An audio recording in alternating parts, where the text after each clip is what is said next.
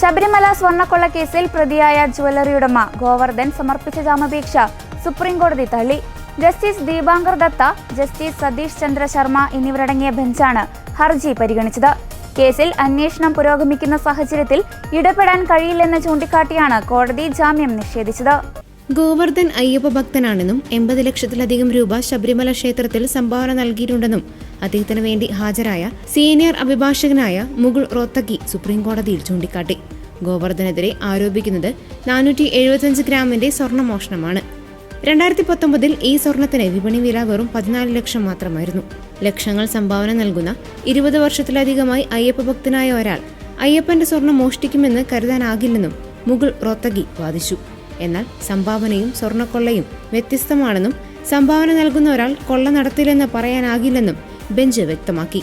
തുടർന്നാണ് സുപ്രീംകോടതി ജാമ്യ ഹർജി തള്ളിയത്. 2 മാസത്തിനു ശേഷം ജാമ്യത്തിനായി വീണ്ടും കോടതിയെ സമീപിക്കാൻ അനുമതി തേടിയെങ്കിലും അക്കാര്യത്തിൽ വ്യക്തമായ ഒരു ഉത്തരവ് നൽകാൻ സുപ്രീംകോടതി വിസമ്മതിച്ചു. ശബരിമലയിൽ നിന്ന് കവർന്ന സ്വർണം വാങ്ങിയെന്ന കുറ്റമാണ് ഗോവർദ്ധനെതിരെ ചുമത്തിയിരിക്കുന്നത്.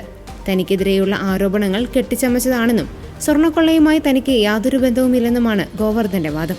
ബോധപൂർവം തട്ടിപ്പിന് കൂട്ടുനിന്നിട്ടില്ലെന്നും ശബരിമലയിലെ ആവശ്യത്തിനെന്ന് പറഞ്ഞാണ് ഉണ്ണികൃഷ്ണൻ പോറ്റി പലപ്പോഴും പണം നൽകിയതെന്നും സുഹൃത്തെന്ന നിലയിലാണ് സ്വർണം വാങ്ങിയതെന്നുമാണ് ഗോവർദ്ധന്റെ മൊഴി. എന്നാൽ ശബരിമലയിലെ സ്വർണമാണെന്നും അത് ദേവസ്വം സ്വത്താണെന്നും വ്യക്തമായി അറിഞ്ഞുകൊണ്ടാണ് ഗോവർദ്ധൻ തട്ടിപ്പിന് കൂട്ടുനിന്നതെന്നാണ് SIDയുടെ കണ്ടെത്തൽ. ഈ കേസിന്റെ അന്വേഷണത്തിൽ ഗോവർദ്ധനെ സാക്ഷിയാക്കാനുള്ള നീക്കങ്ങളും നടക്കുന്നുണ്ട്. അന്വേഷണം സജീവമായി നടക്കുന്നതിനാൽ ഇപ്പോഴും ജാമ്യം അനുവദിക്കാനാവില്ലെന്നാണ് കോടതിയുടെ നിലപാട്.